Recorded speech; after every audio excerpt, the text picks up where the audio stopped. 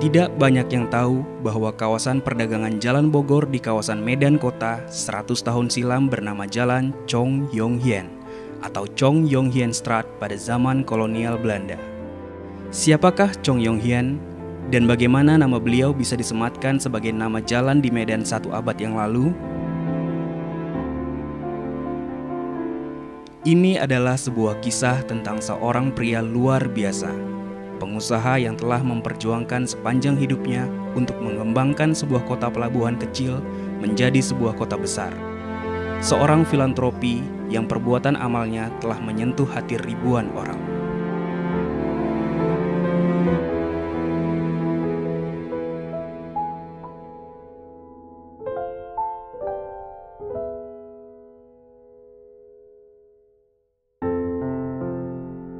Beliau adalah Chong Yong Hien.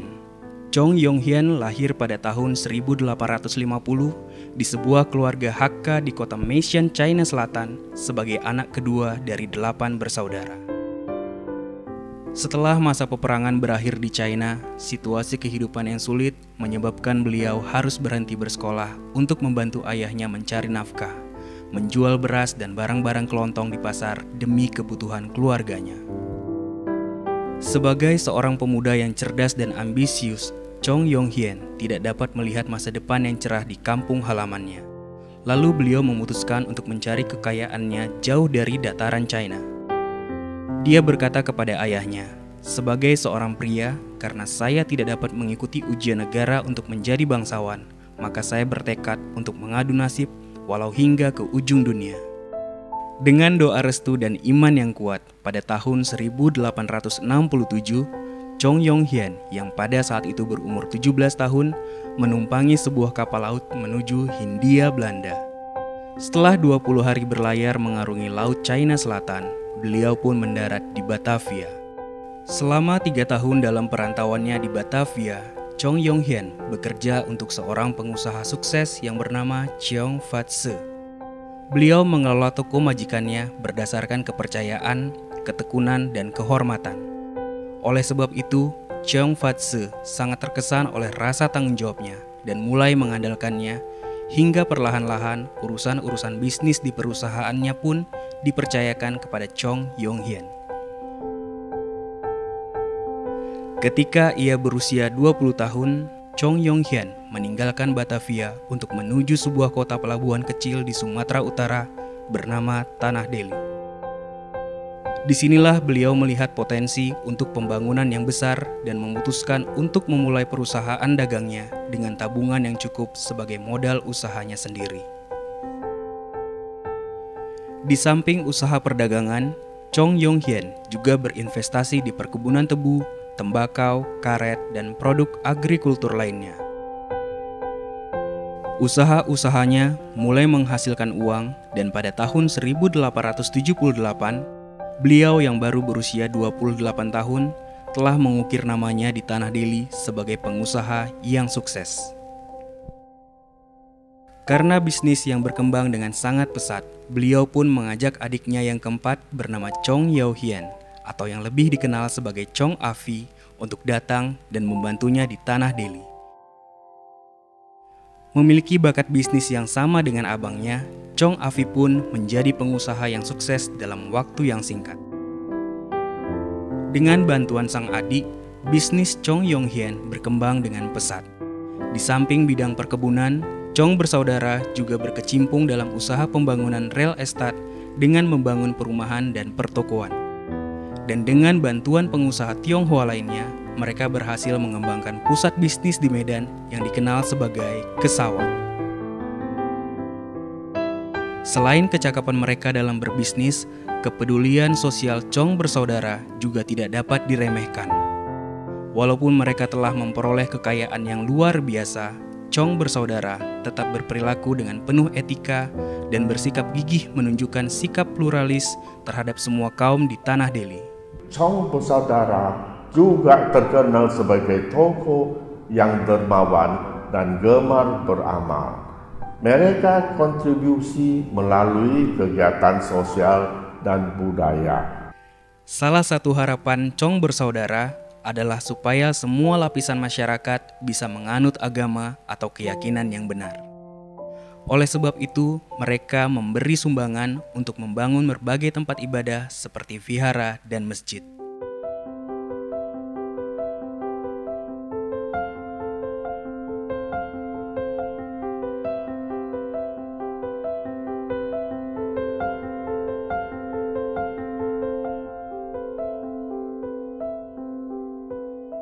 Pada masa kolonial Belanda, diberlakukan tarif pajak yang tinggi untuk masyarakat pada masa itu. Dengan mengatasnamakan masyarakat, Chong bersaudara mengajukan keberatan dan berhasil membela kepentingan masyarakat. Mereka juga mengusulkan pemerintah setempat agar menyediakan tanah pemakaman umum bagi yang sudah wafat.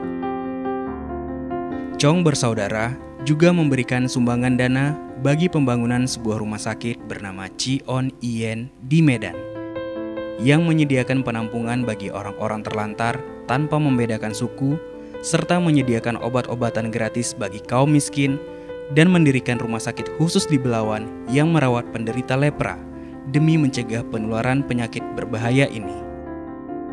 Kepedulian Chong bersaudara terhadap dunia pendidikan juga ditunjukkan dengan sumbangan dana kepada sekolah Belanda dan sekolah khusus untuk anak perempuan pribumi, serta sekitar tahun 1908 sampai 1909 mendirikan sekolah dasar bernama Tun Pen.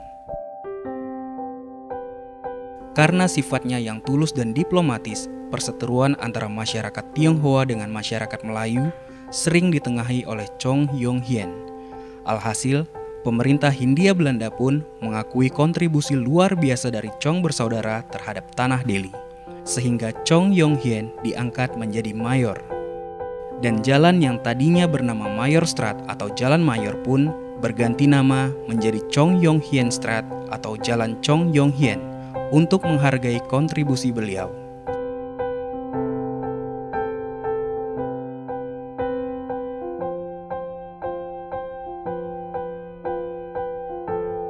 Kontribusi Chong Yong Hien tidak hanya berhenti di Indonesia. Beliau juga sempat menjadi wakil konsul selama 2 tahun di Pulau Pinang, Malaysia. Pada waktu itu, Pulau Pinang yang masih di bawah jajahan Inggris tidak mempunyai konsul. Semua urusan diplomatik ditangani oleh wakil konsul Chong Yong Hien. Sumbangannya untuk pembangunan Pulau Pinang membuatnya menjadi sosok yang sangat dihormati oleh masyarakat Tionghoa setempat. Beliau juga adalah salah satu dari 5 pendukung dana utama untuk pembangunan vihara Keloksi. Barangkali salah satu upaya Chong Yong Hien yang paling berani adalah investasi pada rel kereta api Chaosan yang menghubungkan kota Swathao dan Chaozhou. Pada waktu itu, Chong Fat-se menerima instruksi dari Kekaisaran Qing sebagai kepala perencanaan pembangunan rel kereta api Guangdong. Rel kereta api ini adalah pilot proyek pada masa itu dan merupakan rel kereta api pertama yang didanai oleh orang Tionghoa perantauan. Chong bersaudara ingin mendukung upaya infrastruktur di China. Bersama dengan Chong Fat-se, Chong bersaudara juga diundang untuk membahas rencana ini.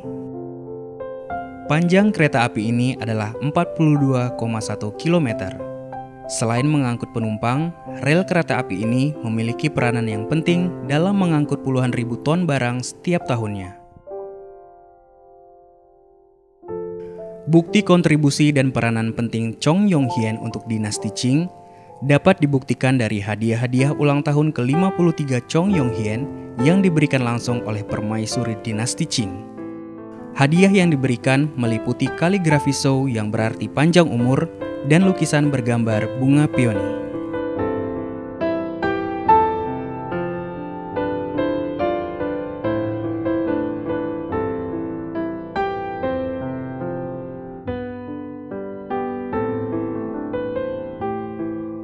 Chong Yong Hien meninggal pada tanggal 11 September 1911 di usia 61 tahun.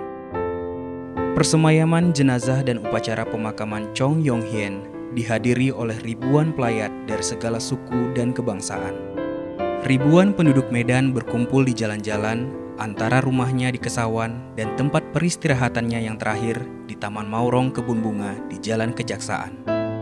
Mereka hadir untuk menyaksikan upacara pemakaman yang meliputi konvoi mobil-mobil dan barisan orang-orang yang membawa plakat-plakat ucapan bela sungkawa dan turut berduka cita. Sanak saudara, sahabat, dan para pemimpin masyarakat, baik setempat maupun asing, menyatakan rasa bela sungkawa atas wafatnya seorang pemimpin Tionghoa yang dicintai, dihormati, dan telah berperan memelihara keharmonisan kerukunan antar etnis. Pengusaha yang telah mengubah Tanah Dili menjadi sebuah kota yang makmur.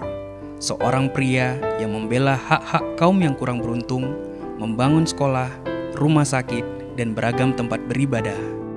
Seorang pria yang memang layak memperoleh ucapan selamat tinggal semulia itu.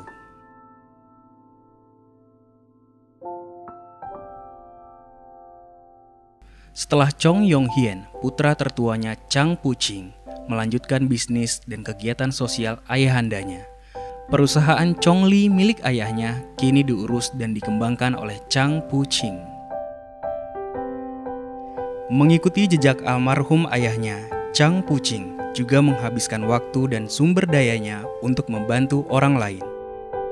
Menjabat sebagai konsul China pada tahun 1916 dan diangkat menjadi konsul jenderal China pada tahun 1926 sampai 1929, beliau bertanggung jawab sebagai pemimpin masyarakat, membangun sekolah, memajukan bisnis, dan menyumbang banyak untuk kegiatan amal.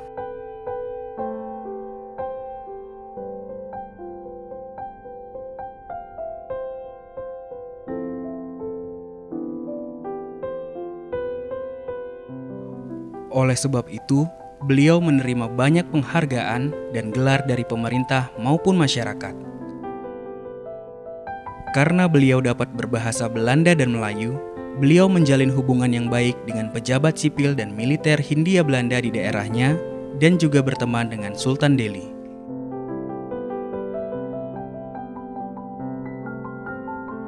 Pada tahun 1914 sampai 1916, demi memenuhi amanat ibunya, Chang Pu-ching beserta saudaranya membangun sebuah jembatan melintasi Sungai Babura untuk mengenang almarhum ayahanda mereka, Chong Yong-hien. Jembatan tersebut dinamakan Jembatan Kebajikan. Untuk mengenang karya-karya Mayor Chong Yong-hien dan Chang Pu-ching, maka didirikanlah Galeri Chong Yong-hien pada tahun 2011, bertepatan dengan 100 tahun wafatnya Chong Yong-hien pada tahun 1911. Galeri yang bertempat di Jalan Kejaksaan ini didirikan bersebelahan dengan makam Chong Yong-hien. Di sini dapat ditemukan semua bukti sejarah tentang kontribusi dan kisah hidup Mayor Chong Yong-hien.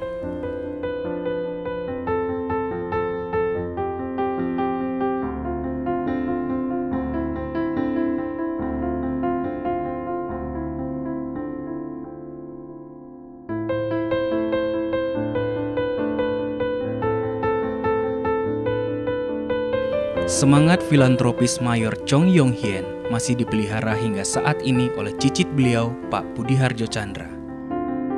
Beliau mendirikan sekolah dasar swasta Pelita yang diresmikan pada akhir tahun 2012. Menjalankan program beasiswa tahunan sejak tahun 2010 untuk siswa-siswi Tanjung Morawa. Pembagian paket sembako lebaran dan tahun baru sejak tahun 2007 serta turut berpartisipasi dalam pembangunan dan renovasi masjid. Pada tahun 2000, atas inisiatif Badan Warisan Sumatera bersama dengan Budi Harjo Chandra, Jembatan Kebajikan yang kini lebih dikenal sebagai Jembatan Jalan Zainul Arifin ini direstorasi. Karena jembatan ini memudahkan transportasi bagi masyarakat Kota Medan dan merupakan warisan sejarah dan budaya di Kota Medan, jembatan ini mendapatkan penghargaan Award of Merit dari UNESCO pada tahun 2003. Jembatan ini memperingati sang mayor yang legendaris, Chong Yong-hien, seorang anggota masyarakat terhormat yang pantas dikenang karena kegiatan amalnya yang melintasi beragam suku dan budaya.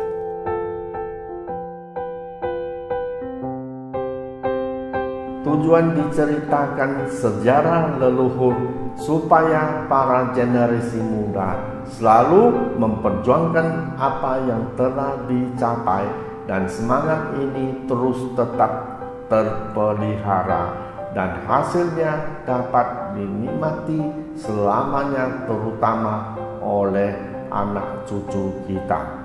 Ini merupakan cita-cita dari kakek buyut Chong Yong Hian.